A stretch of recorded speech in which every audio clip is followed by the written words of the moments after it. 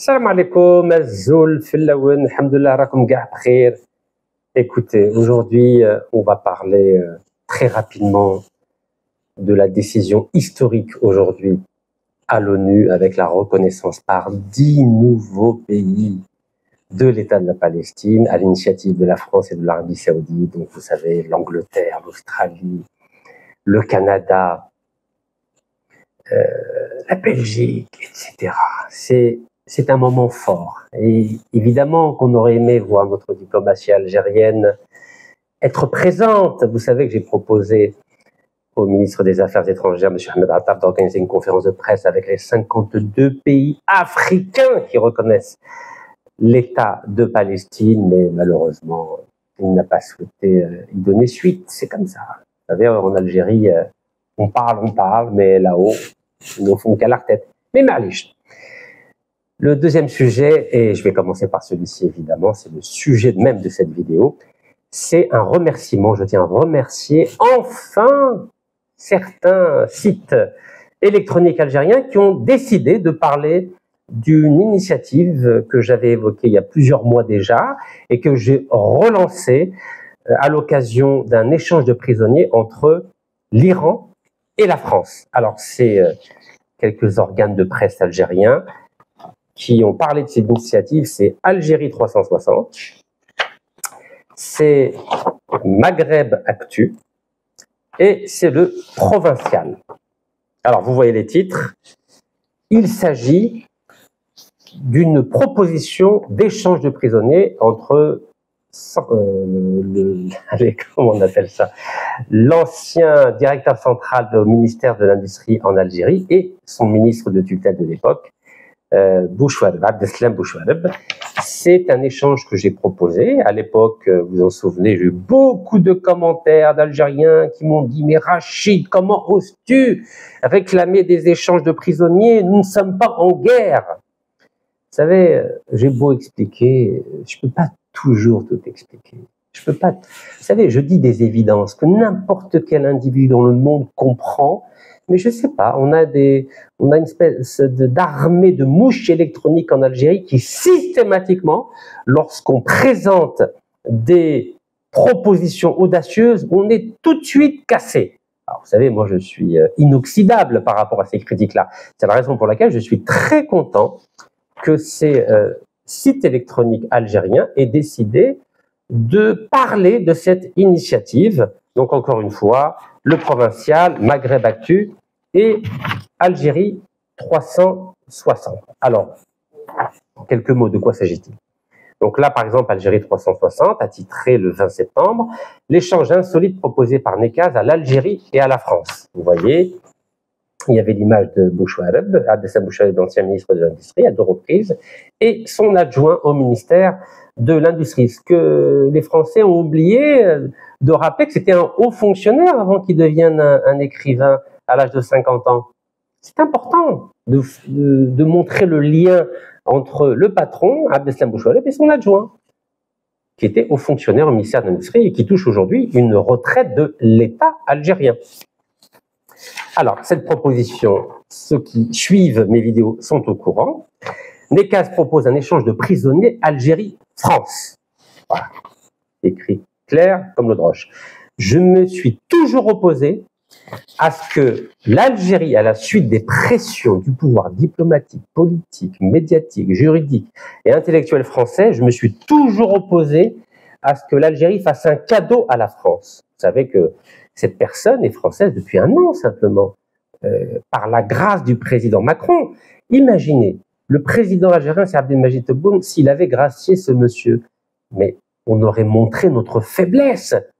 L'Algérie est un État souverain. On ne fait pas de cadeaux sans rien en échange.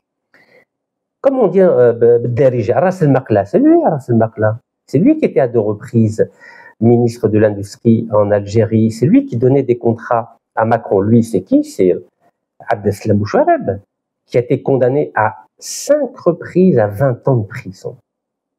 5 reprises à 20 ans de prison. Son adjoint n'a été condamné qu'à 5 ans de prison en Algérie. Donc ça vous permet de mesurer l'état de gravité, la gravité des faits qui sont reprochés. C'est eu égard à l'ancien ministre de l'Industrie. Son adjoint au ministère de l'Industrie, qu'est-ce qu'il lui reprochait? D'avoir porté atteinte à l'unité nationale. Et d'ailleurs, la justice algérienne ne s'est pas trompée. 5 ans seulement pour son adjoint, 100 ans pour son patron au ministère de l'Industrie. Donc, à un moment donné, il faut savoir mesurer les choses de façon à faire des deals à l'avantage de l'Algérie. Alors, qu'est-ce qui a été dit?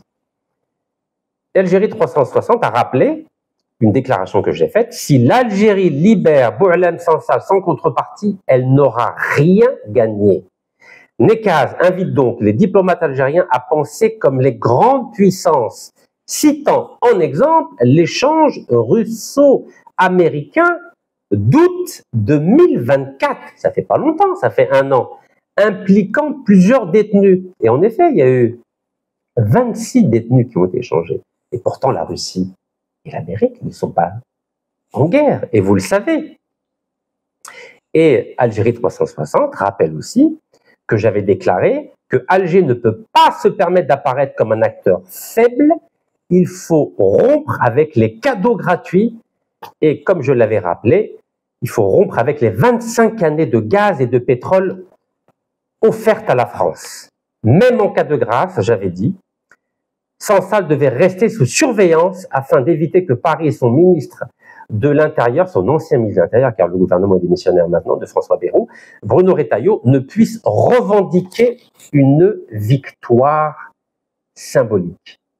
Donc je remercie Algérie 360 d'avoir rappelé ma position que j'ai renouvelée à l'occasion du récent échange de prisonniers qui est en voie de finalisation entre la France et l'Iran. Et donc Maghreb Actu, pareil, a titré la surprenante offre de Nekaz à la France et à l'Algérie. Donc en reprenant le cœur de mes propositions et notamment en rappelant les risques d'une libération unilatérale de Boualem Sansal. Vous savez, quand on fait un deal, il ne faut pas apparaître comme le maillon faible. Il faut montrer qu'en tant que pays souverain, nous sommes en mesure de faire un deal gagnant-gagnant. Win-win. Terbah, nerbah. B'darija ta'na. Et Maghreb Actu rappelle que j'avais été impitoyable à l'égard de l'ancien ministre Bouchouareb, car il prenait des décisions au nom de l'État algérien. Et quand on a vu que ces décisions prises par l'ancien ministre de l'Industrie, Abdeslam Bouchouareb, étaient uniquement à l'avantage de la France, ce n'est pas acceptable. Donc, idem, le provincial a repris l'essentiel de mes propositions. Et encore une fois, je tiens à remercier ces médias électroniques algériens, car je ne vous cache pas que depuis quelques mois, je suis, en dehors de Algérie Patriotique, qui a fait de beaux articles, j'ai été complètement boycotté par les médias algériens. Incroyable. Alors que j'ai publié 300 vidéos où je défendais l'Algérie, l'État algérien, les institutions algériennes, la souveraineté nationale algérienne et les intérêts économiques et énergétiques algériens. C'est quand même bizarre que les médias de mon propre pays me boycottent. Que les médias français me boycottent, c'est tout à fait normal.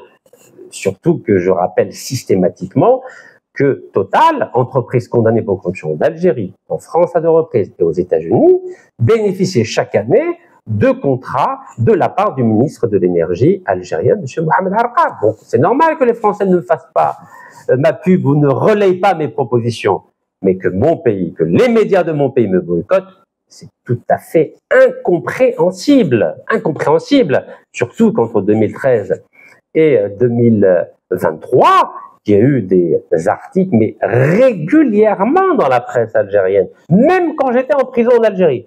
Donc c'est incompréhensible. En tout cas, je remercie à nouveau Algérie 360, Maghreb Actu et le Provincial, en plus d'Algérie Patriotique, d'avoir parlé de cette proposition. Alors, vous le savez, cet auteur algéro-français, qui était haut fonctionnaire au ministère de l'Industrie, a été condamné à uniquement 5 années de prison par la justice algérienne. Donc, quel est le sens de cette proposition d'échange que j'ai faite. Donc l'idée est d'échanger ces deux personnes, donc l'ancien responsable au ministère de l'Industrie, devenu auteur algéro-français, et le journaliste français qui s'appelle Christophe Glaise, qui a été arrêté en Algérie parce que il était venu en Algérie avec un visa touriste, mais sa véritable profession, c'était journaliste sportif. Donc les autorités algériennes lui ont dit « Attends, tu es venu en Algérie en tant que touriste, et finalement tu fais un travail de journaliste. Il faut être un peu correct, il faut un peu respecter la souveraineté nationale. » Donc là-dessus, c'est incontestable. Ensuite, il lui a été reproché d'avoir été en contact avec un responsable d'une organisation considérée par la justice algérienne comme une organisation terroriste. Donc je n'entre pas dans le dossier judiciaire. Qu'est-ce que j'observe? Qu'il a été condamné à 7 ans de prison, donc 2 années de plus que l'ancien responsable au service du ministère de l'Industrie algérien. Alors, lisez un peu comment les choses sont présentées. Regardez comment c'est présenté. Paris regrette vivement la condamnation en Algérie à 7 ans de prison du journaliste agenais, il est de Agen, une ville du sud de la France, du sud-ouest de la France, Christophe Glaise. Donc, voilà, la réaction du ministère des Affaires étrangères français a été un peu plus respectueuse que d'habitude. Parce que je vous rappelle que lorsque l'Algérie avait accusé la DGSE française, c'est-à-dire des services secrets français, de déstabiliser l'Algérie, le ministre des Affaires étrangères français, M. Jean-Noël Barrot, s'était permis une sortie peu diplomatique en disant que les accusations d'Alger étaient infondées et fantaisistes. Là, c'est un peu plus respectueux. Donc l'idée, c'est d'échanger ces deux personnes, condamnées à 5 ans de prison d'un côté et 7 ans de prison de l'autre, contre Abdeslam Bouchouareb, donc l'ami intime du président Macron, et notre diplomate algérien qui est emprisonné depuis avril 2025 en France. Il travaille au consulat d'Algérie de Créteil. Et vous savez que ensuite, le parquet antiterroriste français a délivré un mandat d'arrêt contre un diplomate algérien, un autre diplomate algérien, qui était premier secrétaire à l'ambassade de France. Excusez-moi, premier secrétaire à l'ambassade d'Algérie en France. Donc, je résume, le deal que je propose, c'est d'échanger ces deux personnes, condamnées à 5 ans et 7 ans de prison en Algérie, contre Abdeslam Bouchouareb et notre diplomate qui est incarcéré depuis le mois d'avril 2025 en France. Et bien sûr, la fin du mandat d'arrêt international contre l'ancien premier secrétaire de l'ambassade d'Algérie à Paris. Ce type de deal se font naturellement entre des pays normalement constitués. À partir du moment où tous les deux on est gagnants, bismillah, il y a fait tahir rizaq et mahawla rizaq qui m'engoulou anna. Donc, vous vous en souvenez, je vous ai mentionné cette affaire. Donc là, je vous ai cité un article d'Euronews, mais c'est dans tous les médias du monde entier, il suffit de lire. Vous savez, quand une personne fait une proposition, au lieu de la casser, au lieu de la critiquer sans connaître des précédents, prenez le temps de vous informer, soyez un peu plus raisonnable. Là, je m'adresse aux mouches électroniques de la 5e colonne qui apparemment ne veut pas que l'Algérie sorte gagnante de ce bras de fer. Lisez 26 prisonniers échangés entre la Russie et plusieurs pays occidentaux. Ces pays occidentaux ne sont pas en guerre avec la Russie, c'est les États-Unis et la Russie. Allez, je cite, et parmi ces 26 prisonniers échangés entre la Russie et plusieurs pays occidentaux, dont les États-Unis, c'est-à-dire ces États-Unis qui ont été le chef de file de cette opération, le journaliste américain Evan Gershkovich et l'ancien marine américain Paul Whelan font partie de l'accord, confirme la Turquie qui était intermédiaire. Ah oui, la Turquie, elle travaille. Mais oui, il faut toujours des intermédiaires pour négocier des deals. Parce que quand deux pays se chamaillent, un peu comme l'Algérie et le Mali se chamaillent, puis en plus on a des paroles déplacées, et du côté malien et du côté algérien, ben, il faut des intermédiaires. Et qui a négocié cet échange de prisonniers? C'est la Turquie. C'est la Turquie. Qu'est-ce que je vous dis? Quand nos diplomates sont incapables de négocier un deal, ben, il faut faire appel à un médiateur. En Beddarija ou la Blaharbi, on appelle ça un wasit. Donc c'est la Turquie qui a coordonné la vaste opération d'échange impliquant 7 pays. Imaginez, 7 pays. Agent russe, Vadim Krasilov, condamné pour meurtre, a été également libéré. Regardez, lisez. Même des personnes condamnées pour meurtre, c'est-à-dire un espion russe condamné pour meurtre, a été libéré contre un journaliste américain, entre autres. En gros, il y a eu 16 prisonniers d'un côté, 8 de l'autre.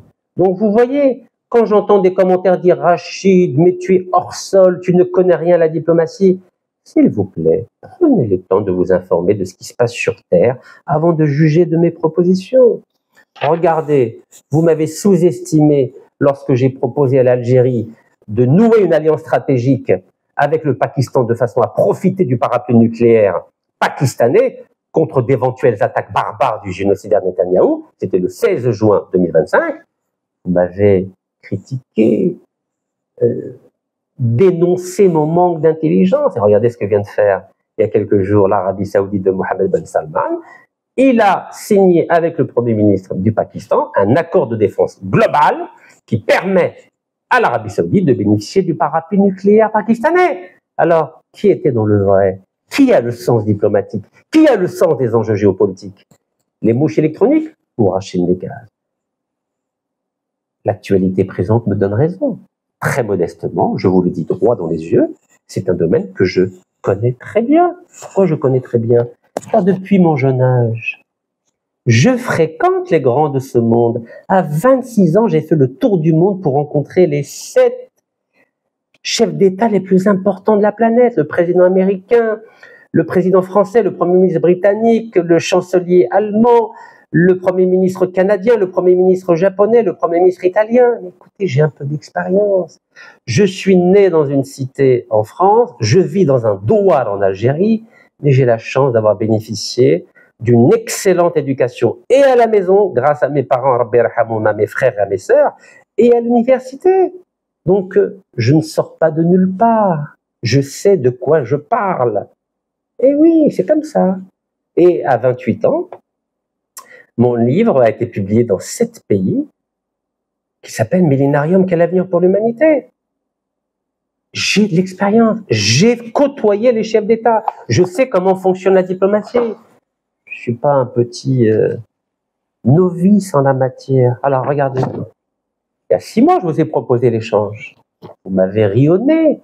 Ça ne me dérange pas, vous savez. Vous savez, quand je vois le niveau de la diplomatie algérienne actuelle, ça ne m'étonne pas. Autant j'ai un profond respect et une profonde admiration à l'égard des grands diplomates algériens des années 60, 70, 80, feu Sharif Gallal, feu Mohamed Siddiq Ben Yahya, feu Abdelaziz Bouteflika, feu Sidi Ahmed Rosali. Autant ce que fait, ou les erreurs répétées du ministre actuel des Affaires étrangères sont terribles, Vous savez, le rôle d'un diplomate, c'est de dégoupiller des crises diplomatiques. Vous savez ce que fait notre ministre des Affaires étrangères? Il crée des crises diplomatiques. Oui, il crée. Au lieu de les dégoupiller, au lieu de les apaiser, il les crée et les envenime.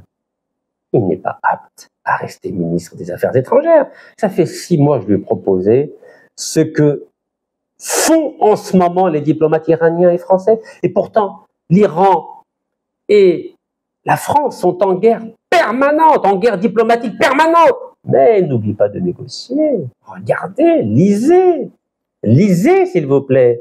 Otages français en Iran, Paris et Téhéran seraient proches d'un accord d'échange de prisonniers. Ils ne sont pas en guerre. Ils sont en guerre diplomatique, mais pas en guerre. Ils sont en guerre diplomatique comme Alger et Paris sont en guerre diplomatique. Ils ne sont pas d'accord notamment sur la question du programme nucléaire, mais sur la question des otages, il y a des discussions, il y a des négociations.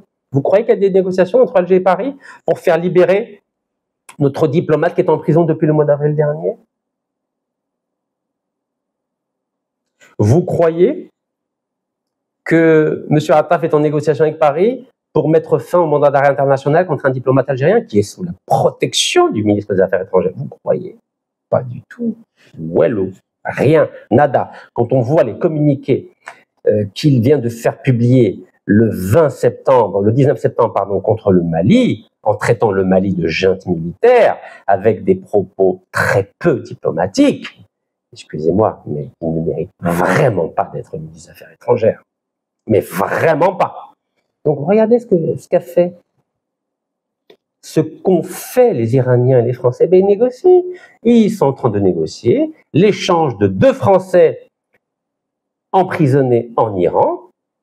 C'est de mémoire Cécile Collère et Jacques Paris, contre une Iranienne qui s'appelle, c'est une jeune Iranienne qui a publié des vidéos sur Internet et elle est poursuivie pour apologie du terrorisme, un peu comme le journaliste français Christophe Glaise, qui a été condamné à 7 ans de prison pour apologie du terrorisme. Voilà, c'est de bonne guerre.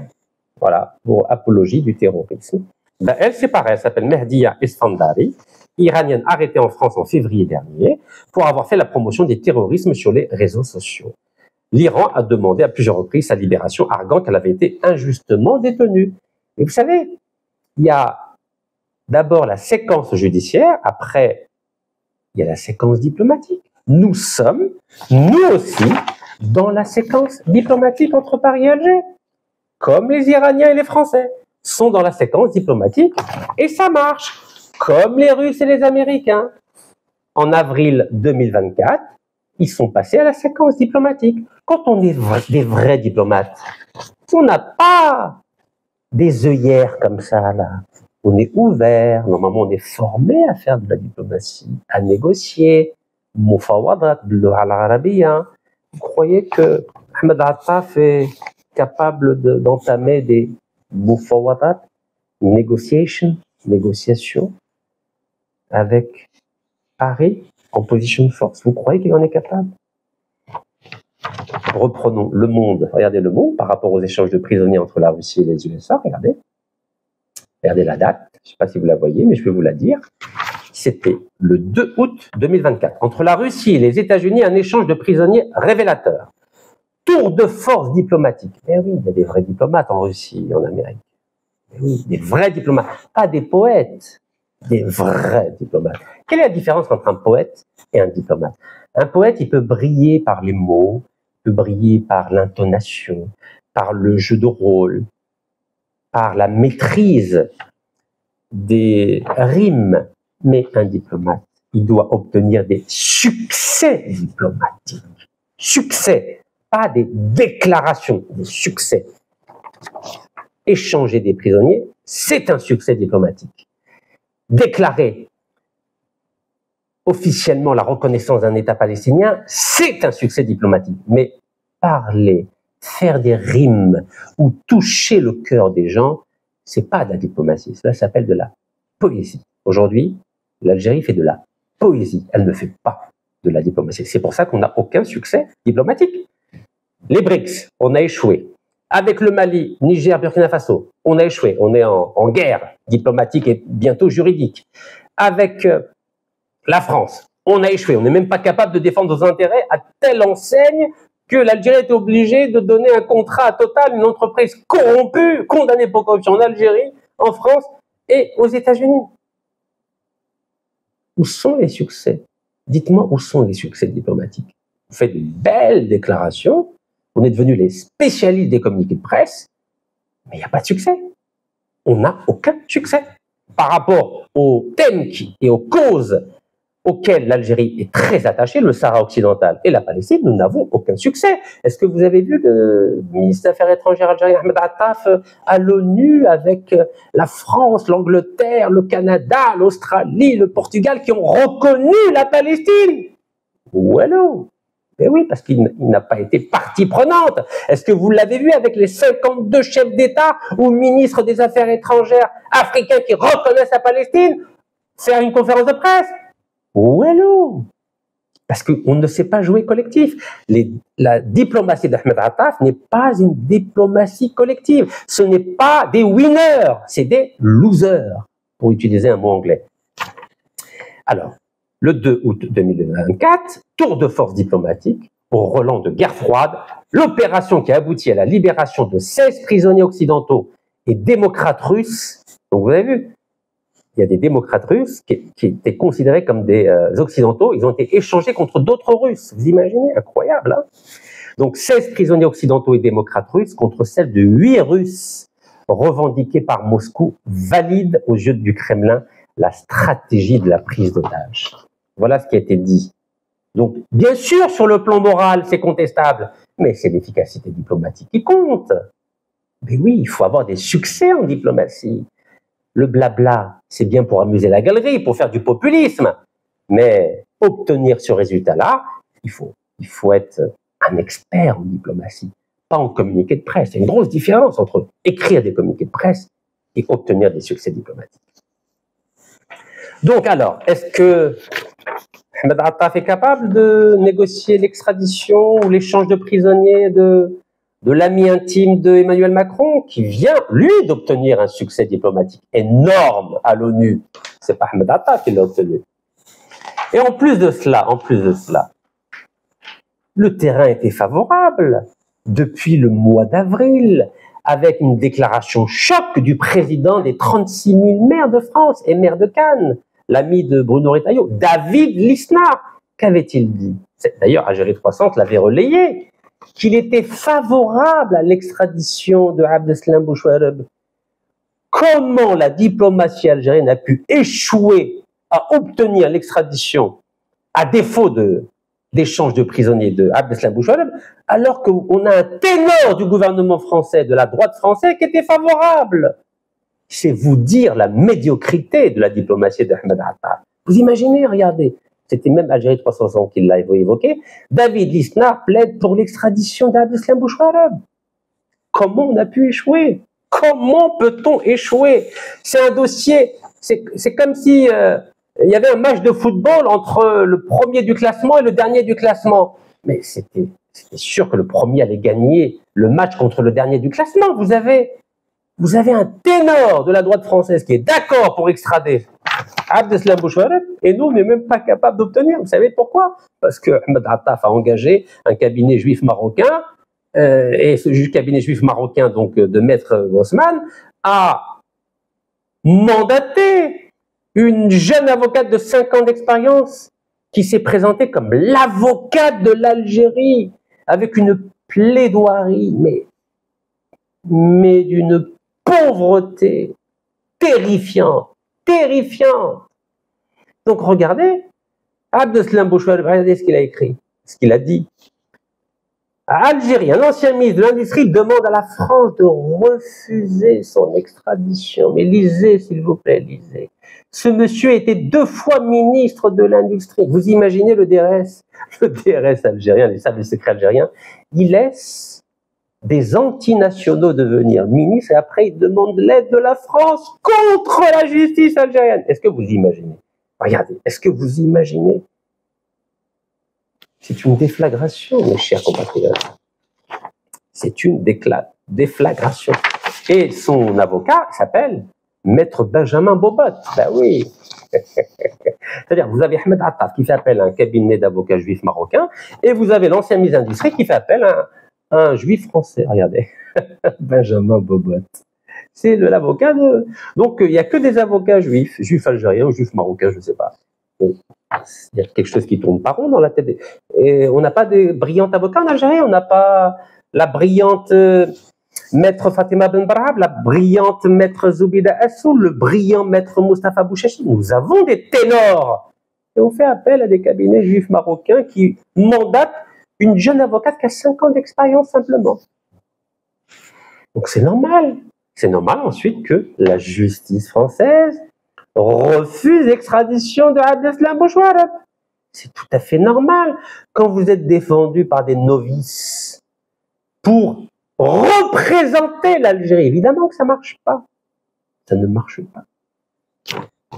La justice française refuse les demandes d'extradition vers l'Algérie d'un ancien ministre algérien. 19 mars 2025. Regardez, 19 mars 2025. Ah, ça ne pouvait pas être pire date pour donner une claque à la diplomatie algérienne. Les accords d'Évian. Vous imaginez la claque? Oui, vous avez une jeune avocate de 5 ans d'expérience, regardez. Madame Maître Anne-Sophie Partex, avocate de l'Algérie. Vous imaginez, elle s'est présentée comme l'avocate de l'Algérie parce que c'est M. Ahmed Attaf qui l'a mandatée. Vous imaginez, au lieu de mandater Maître Fatima Ben Baraham, Maître Zoubida El-Soulou, Maître Moustapha Bouchachi, il mandate une jeune avocate de 5 ans d'expérience. Regardez, Maître Anne-Sophie Partex, avocate de l'Algérie. Mais c'est une honte. C'est un déshonneur pour la diplomatie algérienne de faire appel à une jeune avocate de 5 ans d'expérience pour représenter l'Algérie, l'Algérie de Hassiba Ben Bouali, de l'Arbi Ben Mhidi, de Moustapha Ben Boulay, de colonel Dolfi, de colonel Amiroche. Vous laissez une avocate de 5 ans d'expérience défendre l'Algérie? C'est normal qu'ensuite la justice française, d'un revers de main, refuse les demandes d'extradition. Et comment ça se fait qu'en 2010, l'Algérie arrivait à obtenir l'extradition, par exemple, de Abdelmoumen Rafiq Khalifa, de Londres? Regardez, Londres ordonne l'extradition de l'ex-Golden Boy Rafiq Khalifa vers l'Algérie. Regardez la date. 28 avril 2010. Comment ça se fait que l'Algérie a réussi avant? Pourtant, c'était un dossier beaucoup plus compliqué. Vous savez, je le connais bien maintenant. Khona Abdelmoumen Khalifa, il était 6 mois avec moi à la prison de Chlef. Brillant. Quand je vous dis brillant sur le plan intellectuel, brillantissime. Une culture générale époustouflante. Et sur le plan humain, machallah, il a vraiment la main sur le cœur. C'est un grand monsieur. Et je ne vous parle pas du dossier judiciaire. Je vous parle de l'homme, de l'intelligence de l'homme, de la gentillesse de l'homme. Il a une mémoire, vous ne pouvez pas imaginer. Je parle du plan humain. Pas humain, regardez. Londres ordonne l'extradition de l'ex-Golden Boy, Rafiq Khalifa, vers l'Algérie. Le ministre britannique de l'Intérieur, Alan Johnson, a donné son aval à l'extradition de l'ancien homme d'affaires algérien Rafiq Khalifa vers son pays où il a été condamné à la prison à perpétuité. Et c'est vrai que ça fait 20 ans qu'il est en prison et j'espère qu'il va bientôt sortir parce qu'il a été condamné à 18 ans. Donc, je demande à la justice algérienne, au président de la République, de libérer cet homme car il est très malade. Très malade. 20 ans, ça va, je pense. 20 ans. Ça va. Il a tué personne. Donc, comment ça se fait qu'en 2010, la diplomatie algérienne arrivait à extrader de Londres, et vous savez, Londres, elle protège beaucoup les citoyens. C'est le pays de l'habeas corpus, vous savez. Le premier pays qui a mis en place, en dehors de l'Afrique, bien sûr, la Magna Carta, la grande charte de 1215 qui a accordé pour la première fois, en tout cas en Occident, les droits individuels. Eh oui, c'est Londres, c'est l'Angleterre. 1215, bien avant la France. Bien avant la France. Oui, bien avant la France. Mais, je vous l'ai dit dans une précédente vidéo, c'est un berbère, arabo-berbère d'Afrique du Nord. Oui. L'empereur Caracalla, qui en l'an 212 a accordé la citoyenneté à tous les hommes libres de l'Empire romain. Vous vous imaginez? C'est un arabo-berbère d'Afrique du Nord qui a accordé la liberté, plutôt la citoyenneté aux Français, entre autres, puisque la Gaule, l'ancien nom de la France, faisait partie de l'Empire romain. Donc vous imaginez? C'est un arabo-berbère d'Afrique du Nord, donc de père berbère et de mère arabe de Syrie, qui a accordé pour la première fois dans l'histoire de l'humanité la citoyenneté à tous les hommes libres de l'Empire romain. Je ferme la parenthèse. Donc comment ça se fait qu'en 2010, la diplomatie algérienne arrivait à obtenir l'extradition de Abdelmoumen Khalifa et qu'en 2025, on n'est même pas capable, un homme condamné à 5 fois 20 ans de prison pour corruption, on n'est pas capable d'obtenir l'extradition de Paris? Quelle faiblesse de la diplomatie algérienne, mais quelle faiblesse! Alors, est-ce que vous vous en souvenez, quand l'avocat de l'adjoint de Abdeslam Bouchouareb avait compté forcer à Alger à libérer l'écrivain? Quelle suffisance, hein. Vous vous en souvenez de ça? Je vais vous dire la date. Le 12 mars 2025, maître Zimret, François Zimret, il voulait forcer, c'était dans le journal Express, il voulait forcer l'Algérie à libérer l'écrivain, l'ancien haut fonctionnaire algérien. Il voulait forcer.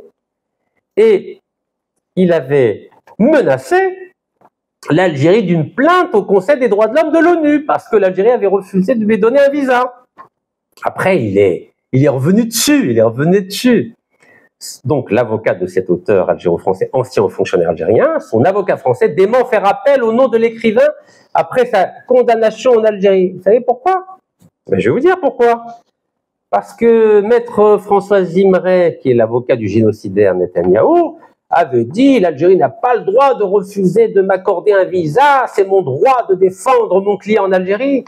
Et moi, je lui ai rappelé gentiment à ce maître François Zimret, mais que les consulats de France à Alger et Oran avaient refusé à 2 reprises d'accorder un visa à mon avocat, maître Abdelkader Chouhra, pour qu'il puisse défendre assurer ma défense en France. Lorsque je me suis rendu volontairement en France le 5 octobre 2023, j'étais incarcéré à la prison de Fresnes et j'ai exigé que ce soit mon avocat algérien qui me défende. Et la France avait refusé de lui donner à 2 reprises un visa. Et c'est pour ça qu'Algérie Patriotique donc a relayé cette information. L'avocat de Nekaz donc accule, c'est-à-dire oblige l'avocat de Sansal, le refus de visa, parlons-en. Mais oui, parlons-en. Ben oui, on a des preuves. On a des preuves. Vous savez, quand on a des preuves, quand on a des atouts, on peut défendre un dossier. Et depuis, on a apporté les preuves que la France avait refusé à 2 reprises d'accorder un visa à mon avocat algérien. Depuis, maître François Zimret n'a plus reparlé de l'affaire du visa. Mais oui, quand on est armé intellectuellement, juridiquement, médiatiquement, politiquement et diplomatiquement, on peut challenger nos contradicteurs ou nos opposants. Mais quand on n'est pas armé, quand on n'a pas d'atout, quand on n'est pas armé intellectuellement, comme les références historiques que je vous ai citées, vous vous en souvenez à l'époque, ils ont dit, mais comment c'est possible de condamner un écrivain? Vous vous souvenez, j'avais pris l'exemple de Robert Brasillac, brillant journaliste et écrivain français, Robert Brasillac, qui avait été jugé, condamné et fusillé par la France le 6 février 1945. Et le général de Gaulle, qui était le patron de la France, avait refusé de lui accorder une grâce. Et j'avais dit, avant de nous donner de leçons d'humanisme, allez vérifier votre propre histoire. Vous avez fusillé des écrivains et vous avez condamné à mort le grand Charles Maurras, grand écrivain de la droite française, Charles Maurras, qui était académicien. Ils l'ont condamné à mort. Et même le grand Céline, vous connaissez Céline, Voyage au bout de la nuit, lui aussi a été condamné par la justice française. Oui. Donc vous savez, quand vous êtes armé intellectuellement, quand vous êtes armé juridiquement, quand vous êtes armé diplomatiquement, quand vous êtes armé politiquement et quand vous êtes armé médiatiquement, vous pouvez affronter votre adversaire. Mais quand vous n'avez pas tous ces atouts, vous mettez un scotch sur votre bouche et vous laissez votre place à quelqu'un d'autre. Alors, il n'en demeure pas moins qu'il y a en ce moment un contexte favorable.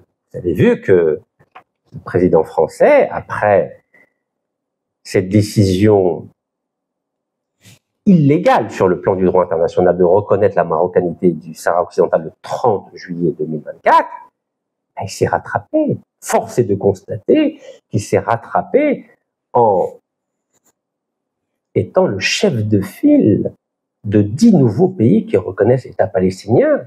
Et dans ces 10, il y a l'Angleterre, qui a le droit de veto au Conseil de sécurité des Nations Unies. Donc aujourd'hui, maintenant, il y a 4 pays, je dis bien 4 pays, qui ont le droit de veto sur les 5 et qui reconnaissent l'État palestinien. Donc maintenant, il ne nous reste plus que Washington à convaincre. Vous croyez que la diplomatie algérienne est capable de convaincre Washington de reconnaître les Palestiniens? Vous croyez que moi, Ahmed Attaf est capable? C'est le dernier verrou. Vous savez, c'est le dernier verrou. Washington, c'est le dernier verrou. Vous croyez qu'Ahmed Attaf a l'étoffe, le charisme, l'intelligence, le réseau pour convaincre Washington? C'est le dernier verrou. Celui qui convaincra Washington de reconnaître l'État palestinien va réussir un exploit diplomatique et historique, c'est-à-dire la réalisation effective d'un État palestinien dans les prochains mois. Mais je ne crois pas qu'Ahmed Attaf est l'homme de la situation. S'il y avait feu Cherif Guellel, peut-être l'ancien ambassadeur d'Algérie à Washington, qui était le compagnon de Miss America 51, c'était l'ami de John Fitzgerald Kennedy, du président Johnson, de Rockefeller, etc., etc. Il avait un vrai réseau. Si feu Mohamed Siddiq Ben Yahya était aujourd'hui ministre des Affaires étrangères, lui aurait pu convaincre Washington, parce qu'il l'a déjà prouvé. Mais oui, il l'a déjà prouvé par le passé. Regardez. Ça, c'est feu Mohamed Siddiq Ben Yahya avec le sous-secrétaire d'État aux Affaires étrangères, c'est-à-dire le vice-ministre des Affaires étrangères américain, Warren Christopher. Regardez avec le regard avec elle. Il salue et regarde le vrai ministre des Affaires étrangères algérien. Regardez. Feu Mohamed Siddiq Ben Yahya. Il y avait du respect, un profond respect.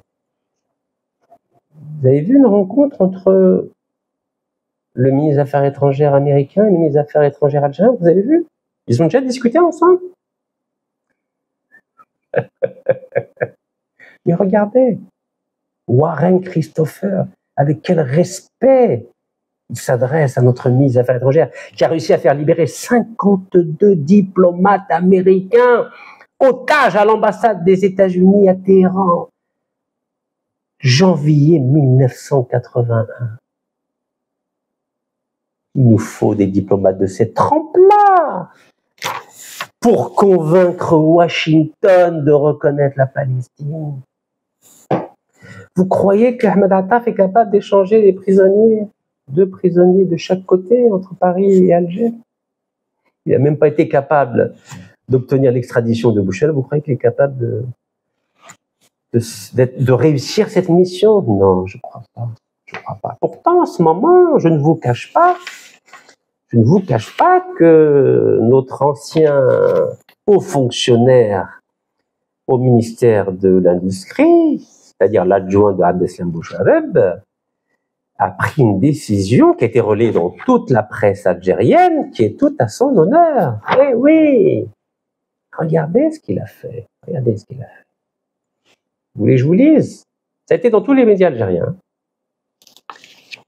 Il ne veut pas être nominé au prix Sakharov par l'extrême droite. Regardez. Parce que l'extrême droite, comme je l'ai rappelé il y a quelques mois, a utilisé cet homme. Parce que voilà, ils l'ont invité sur tous les plateaux, il l'a invité à dîner, à une conférence. Donc il s'est laissé porter. Vous savez. Ils l'ont porté, ils l'ont mis du coton doré. Donc il s'est fait avoir. Il a été manipulé, instrumentalisé par l'extrême droite, donc il s'est laissé aller. Mais maintenant qu'il est en prison et qu'il a vu qu'il avait été abandonné, vous savez ce que ça veut dire abandonné? Il a été abandonné. C'est pas moi qui le dis. Regardez qui le dit. C'est sa propre fille, Sabeha Sansal. Mon père n'est plus une priorité pour la France. Bah oui, elle a mis du temps. Hein. Bon, elle vit à Prague. Vous savez, à Prague, on a un grand ambassadeur. Vous savez, c'est qui? L'ancien ministre de la Justice, avec qui j'ai eu un échange épistolaire. Son Excellence, Belkacem Zarmati, j'ai parlé de lui dans mon livre. Il est ambassadeur à Prague. Elle est à Prague. Regardez ce qu'elle a dit. Elle a dit, mon père n'est plus une priorité pour la France. Enfin, la famille a pris conscience que il était juste une petite carte qui était utilisée par l'État français et l'extrême droite française. Enfin, et même lui, l'ancien haut fonctionnaire a compris. Donc lui et sa fille, ils ont compris. Il a dit qu'il ne veut pas être nominé au prix Sakharov. Le prix Sakharov, c'est le prix de la liberté qui a été mis en place par le Parlement européen à partir de 1988. Et pour être nominé, c'est-à-dire pour présenter sa candidature, il faut 40 députés européens. Et l'extrême droite de Marine Le Pen et de Bardella a dit nous, on va encore utiliser son nom. Comme ça, il va obtenir le prix Sakharov et comme ça, l'extrême droite va surfer sur ce prix-là pour l'utiliser. Oui, l'utiliser. Et regardez, ça c'est Jeune Afrique, regardez ce qui a marqué. Donc il y a Bardella qui dit « Monsieur, on est avec vous !» Et lui, il répond « C'est ça qui m'inquiète. » C'est ça qui m'inquiète. Donc, enfin, il est devenu sage. Parce que sa fille lui a fait passer le message, comme quoi la France ne va pas t'aider. La France ne va pas t'aider. Et sa fille, au lieu d'écrire une lettre au président de la République, c'est Abdelmajid Tebboune, elle a écrit une lettre au président français.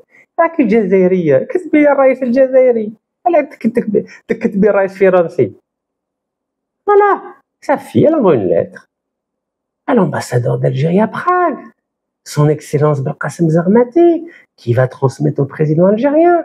Et le président algérien va décider. Mais maintenant, dans le cadre d'un deal, mais oui, tous négocient dans la vie, n'est-ce pas? Il n'y a pas mort d'homme, personne n'a tué. Pour l'instant, il n'y a pas mort d'homme. Vous avez vu les Russes et les Américains, même un espion russe qui a tué, ils l'ont libéré, dans le cadre d'un échange de prisonniers. C'est ça la vraie diplomatie. Voilà, vous avez vu, pour le prix Sakharov, que je viens de vous indiquer, l'ancien haut fonctionnaire algérien a refusé que son nom soit politiquement instrumentalisé. Vous voyez comment ça commence à mûrir, hein? Voilà. Bah oui, au bout de quelques mois, elle a été abandonnée. Voilà, sa fille lui a transmis l'information qu'il a été totalement abandonné. Maintenant, c'est ce qu'on appelle la réelle politique. Ben oui, ça s'appelle le principe de réalité. Et regardez, l'URN, Rassemblement National, propose le nom de cet ancien haut fonctionnaire pour le prix Sakharov. La maison d'édition de l'écrivain s'y oppose. Oui, tout le monde est au garde à vous maintenant. Regardez, tout le monde est au garde à vous. Tout le monde a compris qu'on ne joue pas avec l'Algérie. Il faut être calme. Voilà, il faut rester calme. Si on veut obtenir quelque chose de l'Algérie, il faut être calme, il faut respecter la souveraineté, mais il faut faire un deal. Il est hors de question de libérer qui que ce soit sans obtenir quelque chose de Paris. Donc, moi, je propose d'échanger les deux. Lui et le journaliste Christophe Glaise, journaliste sportif, contre Abdeslam Bouchouareb et notre diplomate qui est en prison depuis le mois d'avril. Ça, c'était un bon deal. C'est pas compliqué, mais c'est pas Ahmed Attar qui va s'en occuper. Il n'est pas capable. Parce que vous savez, parfois, les journalistes français sont méchants. Regardez ce que le 1er juillet 2025, suite à la condamnation de Christophe Glaise, le journaliste sportif, à 7 ans de prison, regardez ce qu'ont déclaré 40 journalistes français. Ils ont publié un communiqué. Regardez. Algérie, 2 points. Notre confrère Christophe Glaise doit être libéré. Ah bon, c'est une injonction. Mais pour qui se prennent ces journalistes français? Il doit être libéré. Ah bon? Pharaon parle. Donc on ne respecte pas la justice algérienne, on ne respecte pas la souveraineté algérienne, quels que soient ses défauts par ailleurs. Mais il est hors de question de se laisser insulter, on est d'accord. Vous avez vu le manque de tact de certains journalistes. Là, c'est un communiqué signé par 40 journalistes français. Regardez, lisez. 1er juillet 2025. Voilà, c'était paru dans l'Express. Voilà. Ben voilà, ils peuvent toujours exiger. Hein. L'Algérie ne marche pas avec des exigences. Il faut faire des deals. Voilà, gagnant-gagnant. Donc, Ahmed Attar, c'est pas l'homme de la situation. Un homme qui prolonge, plutôt un homme qui cautionne la prolongation pendant 35 ans d'un contrat avec la mafia du pétrole indonésienne, la société Pertamina. Vous croyez est-ce qu'il est en mesure d'être un prescripteur moral pour négocier un deal dans l'intérêt de l'Algérie? Bien sûr que non. Bien sûr que non. Alors que le président algérien, regardez ce qu'il a fait au mois d'octobre 2022. Lui, il sait faire de la diplomatie. Il a rassemblé, vous le voyez ici, le président algérien, avec 14 mouvements palestiniens. Il les a mis d'accord après 15 ans de guerre entre eux. Ça, c'est de la diplomatie. Avant que le Hamas détruise tout un an après. Là, on est en octobre 2022. Octobre 2023, le Hamas a tout massacré. A massacré tous les efforts diplomatiques de l'Algérie. C'est pour ça qu'aujourd'hui, on est disqualifié à l'ONU. Parce que Ahmed Attaf n'a pas été capable de renverser les choses. Il n'a pas adapté le paradigme diplomatique en fonction de la nouvelle donne géopolitique. Eh oui, il n'est pas capable. Alors que toute la presse à l'époque avait salué les efforts de la diplomatique du président algérien. Il y en avait partout, c'était dans tous les médias. Je dis bien tous les médias.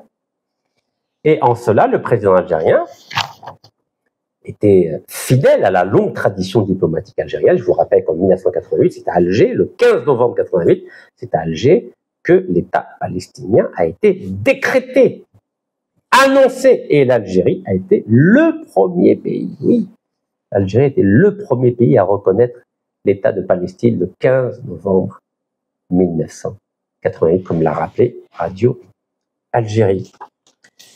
Et bien avant, donc avant 1988, donc je vous ai cité Si Abdelmajid Tebboune en octobre 2022, Raïs Feu Chadi Benjedid en 1988, et à l'époque de Houari Boumediene, Feu Houari Boumediene, le 13 novembre 1974, c'est grâce à l'Algérie, qui était président de la 29e Assemblée Générale des Nations Unies, grâce au fait qu'elle était présidente du club des 77 pays. Ben oui, à l'époque, on pesait 12 ans après l'indépendance. C'est grâce à l'Algérie que Yasser Arafat a été autorisé à prononcer un discours à l'ONU. Il avait une arme sur lui, vous imaginez. Et là, les États-Unis, du président Nixon et du secrétaire d'État américain Henry Kissinger, le plus grand diplomate du XXe siècle, n'ont pas dit qu'on n'allait pas donner de visa à la délégation palestinienne, car nous avions une richesse morale très forte. Nous avions ce qu'on appelle un patrimoine éthique très important qui faisait que l'Algérie était respectée par le monde entier, y compris par les États-Unis d'Amérique, alors qu'on avait rompu la relation diplomatique et énergétique avec Washington entre 67 et 73. Pendant 6 ans, nous avions rompu les relations diplomatiques et énergétiques avec Washington, et pourtant, un an après, les États-Unis respectaient l'Algérie. Et jamais les États-Unis se seraient avisés d'interdire Yasser Arafat de prononcer un discours à l'ONU, alors qu'aujourd'hui, avec Ahmed Attaf, on n'a même pas été capable de convaincre Washington d'accorder un visa à 80 Palestiniens pour qu'ils puissent venir assister à l'Assemblée Générale des Nations Unies pour consacrer la création d'un État palestinien. Vous voyez la déflagration de la diplomatie algérienne avec Ahmed Attaf. C'est catastrophique. Et dans toute la presse, discours de Yasser Arafat à l'ONU, tout le monde parlait de ce discours. Tout le monde, grâce à l'Algérie. Oui, grâce à la diplomatie algérienne. À l'époque, Feu Abdelaziz Bouteflika était un grand diplomate. Très mauvais président pour le 3e et 4e mandat. Premier, 2e mandat, c'était très bien, mais il a mal fini. Parce qu'en Algérie, on ne sait pas s'arrêter. Vous savez qu'on ne sait pas s'arrêter? On ne sait pas s'arrêter. Et regardez l'Assemblée Générale des Nations Unies, regardez. Lorsqu'est mort Feu Abdelaziz Bouteflika, lisez, s'il vous plaît, lisez. Document de l'ONU, s'il vous plaît. L'Assemblée Générale de l'ONU rend hommage à son ancien président Abdelaziz Bouteflika, président de la 29e Assemblée Générale des Nations Unies. C'était le 15 octobre 2021. Vous croyez que l'Assemblée Générale de l'ONU va rendre hommage à Ahmed Attaf?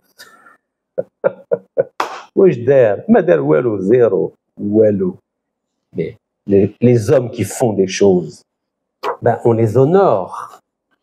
Mais oui, regardez la différence entre l'Assemblée Générale des Nations Unies de novembre de 1974 avec l'actuelle Assemblée Générale de l'ONU où l'Algérie est absente alors qu'on est membre non permanent du Conseil de sécurité des Nations Unies jusqu'au 31 juillet. Quel est le bilan? 0 succès diplomatique. 0. Vous entendez? 0. 0. Nous, on est empêtrés avec notre voisin du Sahel, le Mali, regardez. Plainte devant la Cour internationale de justice. L'Algérie fustige le Mali. Oh là là. Fustige la junte militaire au Mali. Vous imaginez le niveau pendant les grands pays sont à l'ONU en train de déployer un effort diplomatique considérable pour faire reconnaître un État palestinien et mettre fin à la guerre à Gaza, mettre fin à la famine à Gaza. Notre ministre des Affaires étrangères publie des communiqués pour insulter le gouvernement de transition malien. Mais quelle dégradation! Pendant que les grands de ce monde font de la vraie diplomatie, regardez l'Arabie Saoudite qui a repris mon idée de bénéficier du parapluie nucléaire pakistanais. Nous, on fait quoi? Nous, on se chamaille avec le Mali. Parce que Ahmed Attaf ne veut prendre aucune des idées que je soumets. Aucune. Mais oui, Ahmed Attaf qui a échoué à faire admettre l'Algérie dans les BRICS en août 2023. Oui, il a échoué. Ahmed Attaf préfère cautionner la prolongation d'un contrat pendant 35 ans avec la mafia du gaz et du pétrole en Indonésie. Oui, c'était en décembre 2023. 17 milliards de dollars de corruption. Voilà ce que fait Ahmed Attaf. Il cautionne la corruption. Oui, il cautionne. Cautionne la corruption. Alors que le président, qu'est-ce qu'il a dit le président? Tolérance zéro concernant les crimes économiques et la corruption. Tolérance zéro. Apparemment, notre ministre des Affaires étrangères n'écoute pas le président. Le président a dit tolérance zéro. Pas de corruption. Lui, il fait l'inverse. Il cautionne un contrat avec la mafia du gaz et du pétrole, avec un énorme scandale diligenté par la justice indonésienne. C'est pas la justice américaine, c'est pas la justice suisse, la justice indonésienne qui a révélé un énorme scandale de corruption de la société Pertamina de 17 milliards de dollars. Et Ahmed Attaf a cautionné un contrat de prolongation d'un contrat pendant 35 ans signé par Mohamed Arqab, le ministre de la Justice, alors que le président a dit tolérance zéro. Donc il faut savoir. Donc pour finir, mes chers compatriotes, c'est pas Ahmed Attaf de négocier un accord d'échange de prisonniers comme celui entre l'Iran ou la France ou celui entre les États-Unis et la Russie. Moi, je pense qu'il faut confier ça au cabinet de la présidence de la République. Et je crois que c'est au directeur de cabinet du président de la République de négocier en direct avec la France l'échange des 2 prisonniers d'un côté France, et des 2 prisonniers côté Algérie. Ne confiez pas cette mission à Ahmed Attaf, car il a été incapable d'obtenir l'extradition de Abdeslam Bouchareb. Vous pouvez être sûr qu'il va faire capoter d'éventuelles négociations, comme il est en train d'empêtrer la crise entre Alger et Mali dans des eaux boueuses qui ne sont pas dignes de la diplomatie algérienne. Barakallahu fikum. تحية الجزائر والله يرحم الشهداء.